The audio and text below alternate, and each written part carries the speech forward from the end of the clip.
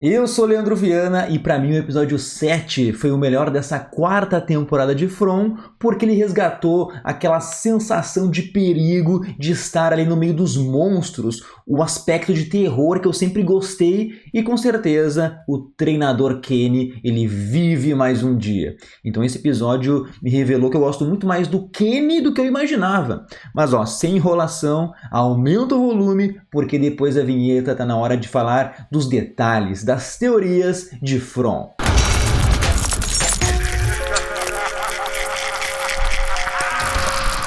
Sejam bem-vindos ao Nerdverso e por muito tempo assim eu reclamei que nessa série ninguém conversava entre si, que a vida em Fromville ela seria muito mais fácil se as informações elas fossem compartilhadas. E pelo visto os roteiristas foram de 8 a 80 muito rápido. O Boyd reuniu a gurizada, contou pra todo mundo e dessa vez eu pensei comigo mesmo assim que foi o pior timing possível. Sofia, o capiroto de amarelo, tava ali ouvindo tudo, pegando todas as informações para ficar 5 passos à frente nesse jogo de xadrez, mas eu adorei a expressão de espanto da menina Sofia quando o Boyd comentou que eles estavam próximo de resolver o mistério dos ossos das crianças.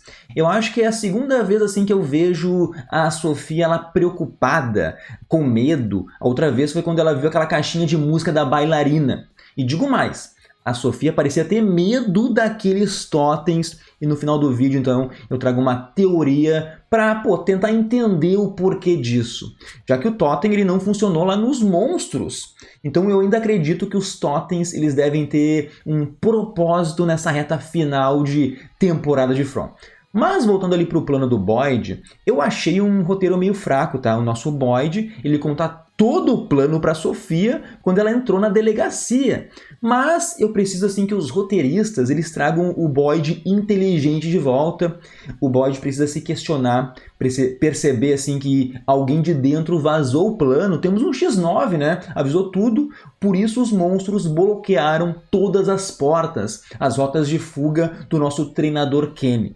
Talvez isso aconteça aí com algum monstro, sei lá, mencionando que o plano não deu certo, tá? Mas tá na hora aí de enxergarem que temos um infiltrado na cidade. Com certeza, se isso acontecer, a Sofia vai desviar a atenção para alguma outra pessoa, assim, parecer culpada, sei lá. E eu só preciso comentar sobre o Ellis, que foi um cagão, um covarde, porque pensa comigo. Ao invés de ele chegar assim, ó, pro pai e dizer, cara, tu não tem condições de fazer isso, de tentar matar um monstro, eu deveria sair no teu lugar porque eu sou teu filho. Isso sim seria um arco de redenção.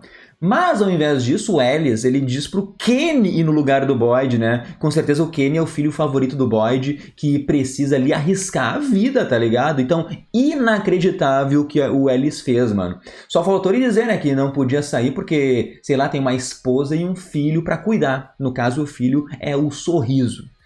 E se tu chegou até aqui, não custa nada, dá um like no vídeo, te inscreve aqui no canal, ativa o sininho, porque tudo isso ajuda demais aqui o canal. E caso você não faça, meu querido, tu vai sonhar e vai ter pesadelos com a Julie com peruca de R$5. Já o Henry está tendo ali um arco exatamente como mencionei semana passada. Ele vai achar que Fromville é um sonho e vai fazer a mesma coisa que a Abby. Tentar acordar as pessoas, mostrar assim que nada é real, né? Ou ele vai tentar ele se acordar através da morte. E aqui eu adorei que usaram a teoria que por muito tempo se falou de Lost, que as pessoas estavam assim em coma, nossa, horrível, né? E tudo aquilo era fruto da imaginação. E essa teoria sempre surge aí em alguma série com mistérios. Então muito bom fazer o Henry acreditar que está no hospital. E o melhor ainda é colocar um Victor sendo ali um homem mais maduro de 50 anos para ele entender, achar assim que a família nunca sumiu. E essas visões vão fazer então o Henry chegar ao seu limite. Talvez ele comece a duvidar que o Victor de Fromville seja o seu filho e vai tentar provar algo tentando machucar o Victor.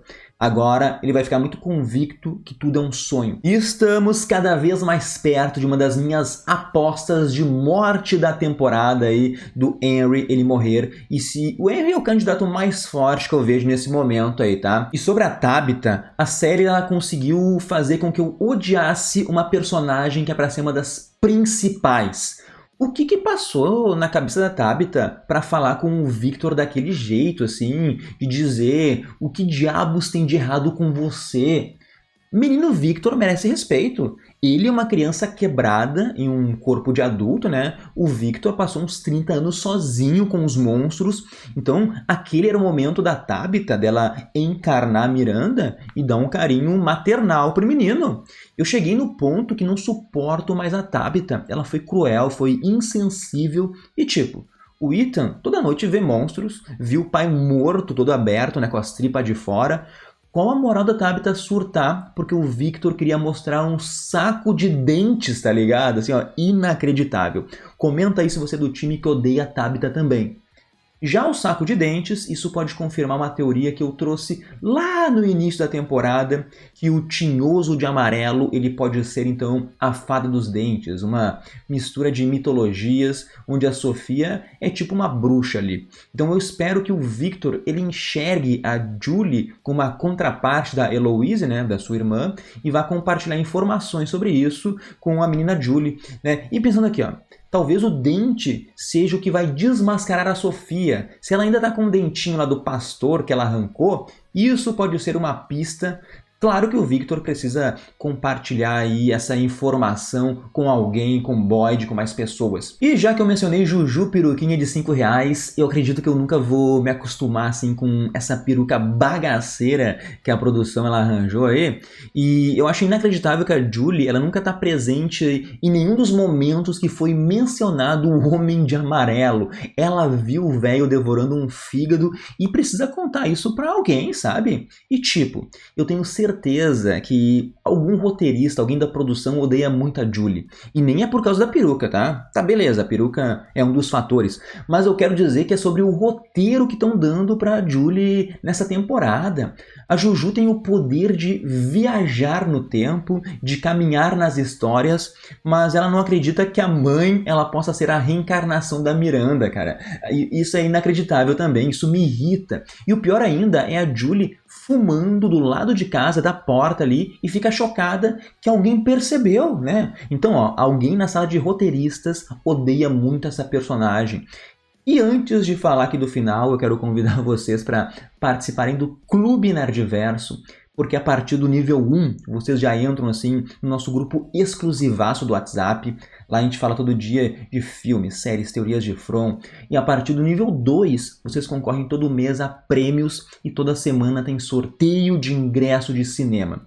O nome de quem faz parte do clube sempre aparece ó, aqui do ladinho. E para participar é muito fácil, é só virar membro aqui do canal. Lá vocês vão encontrar todos os benefícios. E eu quero falar aqui ó, que duas personagens estão tendo um arco de redenção. A Costa, eu acredito que ela vai encontrar alguma informação aí que incrimine Sofia. E temos Sarinha, disposta a se sacrificar para se redimir, então ela ganhou meu coração. Menina Sarah talvez possa ser aí um outro personagem que venha morrer nessa temporada. Mas eu queria ver muito ela na temporada final também.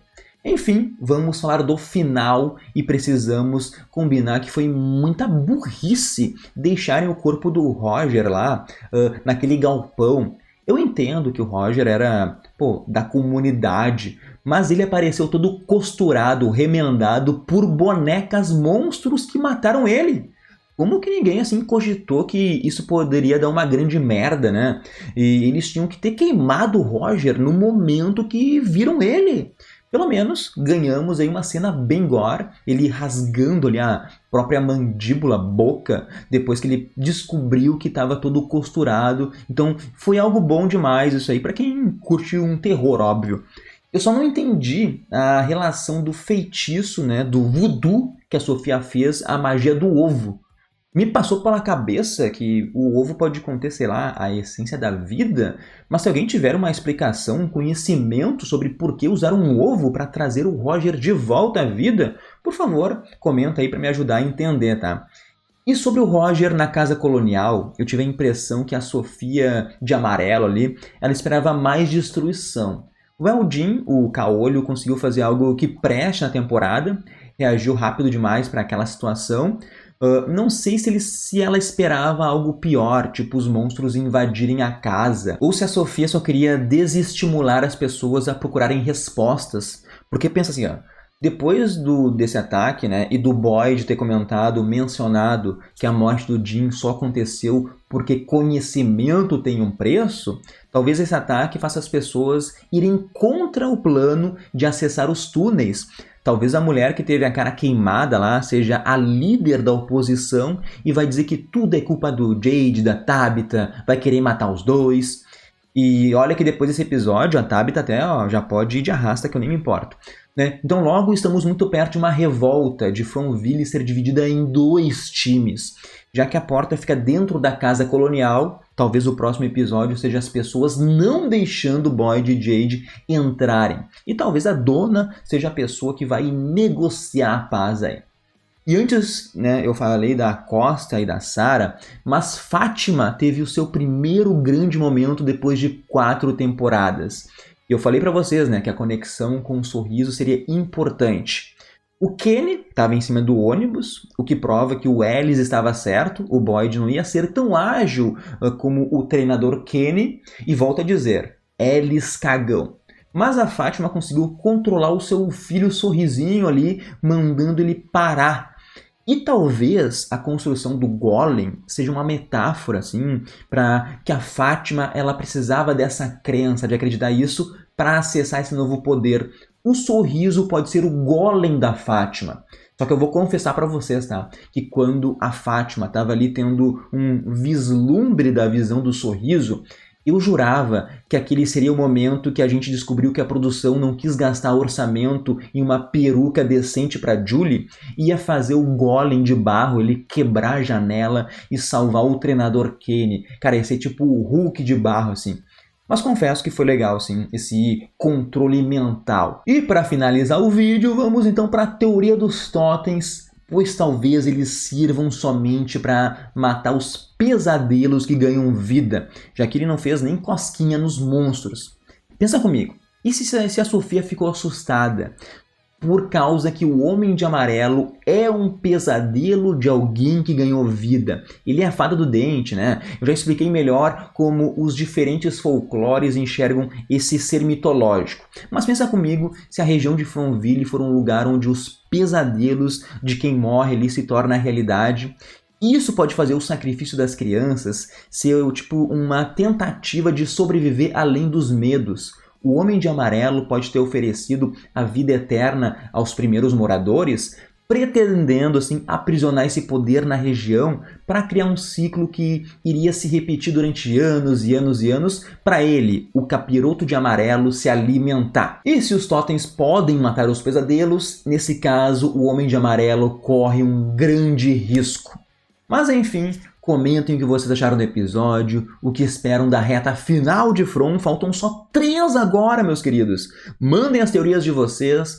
A gente se encontra no próximo vídeo por aqui. É isso aí, gurizada. Tchau, tchau.